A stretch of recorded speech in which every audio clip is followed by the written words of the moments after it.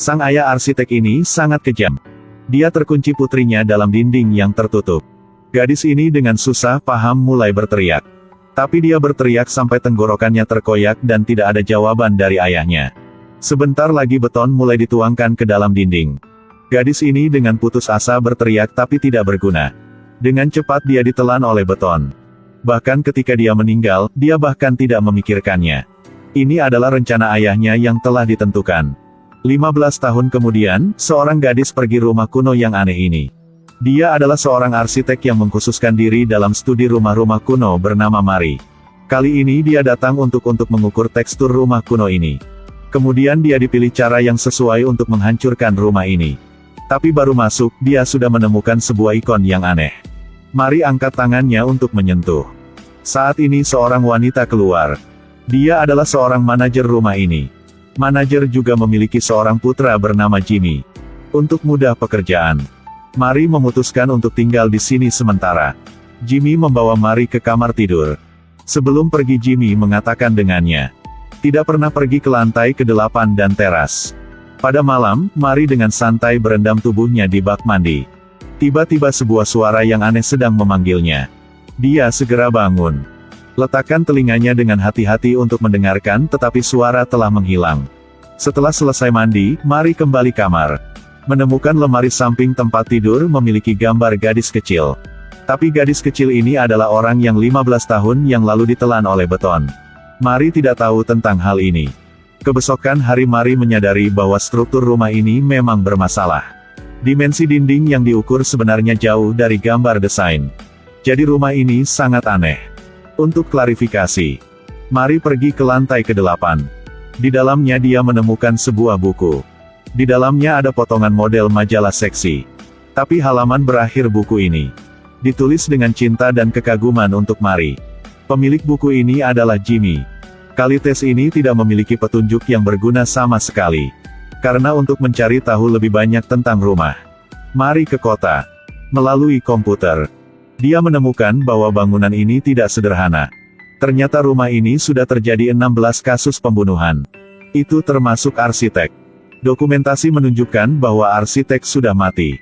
Tapi Jimmy pernah bilang dengannya arsitek masih hidup. Jadi di mana adalah kebenaran? Mari segera bertanya Jimmy. Jimmy bilang bahwa Jimmy tidak menipunya. Jika Mari tidak percaya, pada malam dia bisa mencuri kunci. Kemudian membawanya untuk memeriksa. Dekat malam, Mari menemukan. Ternyata dalam rumah ini, selain manajer dan putranya, bahkan ada seorang wanita tua hidup di sini. Wanita tua itu memberikannya sebuah buku tentang sejarah rumah ini. Setelah kembali kamar, dia dengan hati-hati membaca buku. Sebuah prasasti di sana dia merinding. Dalam buku tertulis bahwa ketakutan dan kematian orang dapat memperpanjang umur arsitektur. Oleh karena itu, cara terbaik adalah menjadikan manusia sebagai pengorbanan yang dilemparkan ke dinding. Mari membaca untuk memasuki roh. Ketukan di pintu tiba-tiba berdering. Ternyata adalah Jimmy. Dia dengan hasil mencuri kunci di lantai ke-8. Sekarang akan menjawab pertanyaan Mari. Baru pergi Jimmy baru bercerita tentang kisah rumah ini. Arsitek bangunan ini adalah orang sangat aneh. Dia bukan karena uang, tapi demi membuat legenda kuno.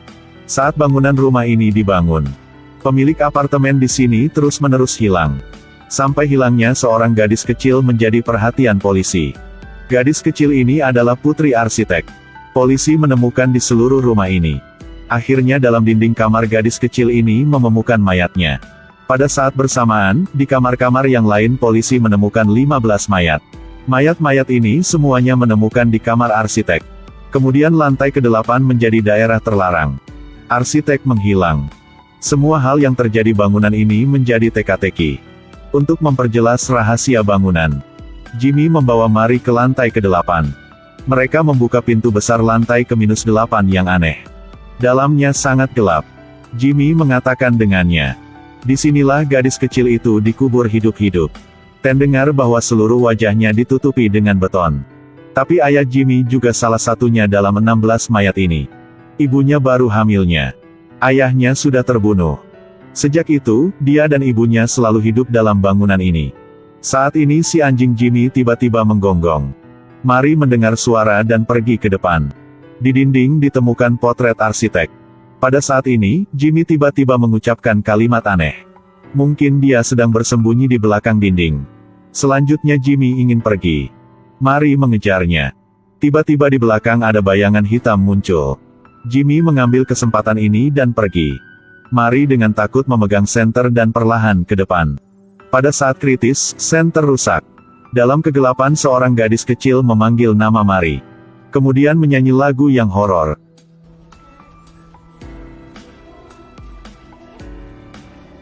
Mary takut banget. Saat ini Jimmy muncul dan membawanya keluar. Setengah malam Mary bangun dan masuk ke toilet. Melihat ke cermin, dia perhatikan bahwa lukisan di dinding terus bergetar. Mary taruh gambar itu. Tanpa diduga bahwa di lubang dinding mulai mengalir cairan berwarna merah. Mary gunakan tangan untuk menutupi lubang itu. Tiba-tiba mengulurkan tangan dari dinding, tangan hiruk-pikuk meraihnya. Menunggu Mary sekali lagi bangun. Dia sudah terkunci dalam sebuah dinding tertutup. Ada juga beton yang meleleh di keempat sisinya. Mary terus membenturkan tangannya ke dinding berteriak minta tolong. Hingga saat dia ditelan oleh beton. Ternyata ini hanya mimpinya yang buruk. Sejak dia tahu kisah bangunan ini, kapanpun dia juga merasa bahwa di sini penuh suasana yang aneh. Ada seseorang yang memantau setiap gerakannya. Ternyata adalah pacar Mary. Dia membawa kisah bangunan ini bercerita untuk pacarnya. Dua orang baru pergi ke lantai ke garis bawah 8. Segera terdengar manajer berbicara sendirian dengan lubang di dinding. Menunggu si manajer pergi, Mary dan pacarnya masuk. Dua orang memeriksa sebentar. Menemukan sebuah jalan yang rahasia. Dalamnya penuh sampah dengan sangat bau. Tiba-tiba si manajer masuk. Dia bilang ini hanya tempat mengandung sampah. Ternyata seorang wanita ini bukan manajer bangunan ini. Suaminya adalah seorang penulis. Tahun itu, arsitek menipu mereka ke sini. Katakan bahwa bisa membiarkan suaminya menyelesaikan novelnya dengan tenang. Tapi tanpa diduga tidak lama kemudian, suaminya sudah bermasalah. Karena tidak ada tempat untuk pergi. Dia hanya bisa melahirkan anak lalu hidup di sini. Pacar Mary merasa tidak aman ketika hidup di sini. Mary memutuskan untuk memindah ke tempat lain pada pagi kebesokan hari. Tapi pada kebesokan hari, hal yang aneh sudah terjadi. Mary dan pacarnya sedang berguling bersama. Jimmy bersembunyi di kamar samping dan sangat cemburu. Pada malam itu, Mary sudah merasa ada apa yang tidak benar. Tapi pacarnya terlalu antusias. Mary juga tidak peduli banyak. Sampai pagi kebesokan hari. Dalam kamar mandi mengalir sebuah genangan darah. Dia mendorong pintu untuk melihat. Menemukan bahwa si anjing milik Jimmy mati dalamnya. Mary dengan buru-buru menulis tulisan untuk melaporkan atasannya. Sangat memohon agar bangunan ini dihancurkan. Kemudian saat dia mengemasi tasnya dan hendak meninggalkan tempat sialan ini, Jimmy datang ke pintu. Dia datang untuk memberinya cetak biru gedung ini. Mary menemukan. Sang arsitek bangunan ini terinspirasi oleh piramida. Ada skor tertinggi. Mary menebak bahwa tempat paling tinggi pasti adalah lantai ke-8. Di sana pasti ada kuburan. Karena untuk memastikan ada cukup cahaya, jalan pasti di atap. Jimmy mengatakan biarkan dia ke atas dulu. Kemudian Mary dan pacarnya juga naik ke atap. Itu benar-benar seperti yang dia harapkan. Di sini ada sebuah lubang besar. Di setengahnya ada sebuah lubung hitam besar. Mary memanjat ke bawah dalamnya. Menemukan hadiah yang diberikan Jimmy kepadanya. Pacarnya merasa di sini sangat aneh. Tariknya untuk pergi. Tiba-tiba di lubang hitam terdengar teriakan minta tolong Jimmy. Mary berpikir bahwa orang di tas harus tarik dua orang di bawah naik. Tapi beratnya lebih ringan. Untuk biarkan menyelamatkan Jimmy, pacarnya mengikat tali ke kaki Mary. Dia perlahan melepaskan tali itu. Mary dengan perlahan turun. Tali setengah jatuh. Pacarnya itu terkena panah. Darah segar memercik ke wajah Mary. Sesaat dia takut dan jatuh ke lubang hitam. Hingga dia sekali lagi bangun. Menyadari bahwa dalam lubang hitam ada seorang pria. Orang ini adalah arsitek bangunan ini. Juga adalah seorang ayah mengubur putrinya hidup-hidup di dinding. Dia berpikir menggunakan nyawa manusia sebagai pengorbanan. Maka bangunan ini akan dilestarikan selamanya. Arsitek karena membunuh suami sang manajer. Jadi selalu dikurung olehnya selama 15 tahun. Saat ini Jimmy muncul di atas. Ternyata ini adalah perangkapnya. Dia melempar ke bawah Mari sebuah kertas. Dia selalu suka Mari. Karena cemburu dia dan pacarnya tidur bersama. Jadi baru membunuh anjingnya untuk mengancam Mari. Saat ini hujan ke bawah. Air hujan perlahan menyapu tanah. Perlahan sebuah wajah manusia muncul. Orang ini adalah pacar Mari.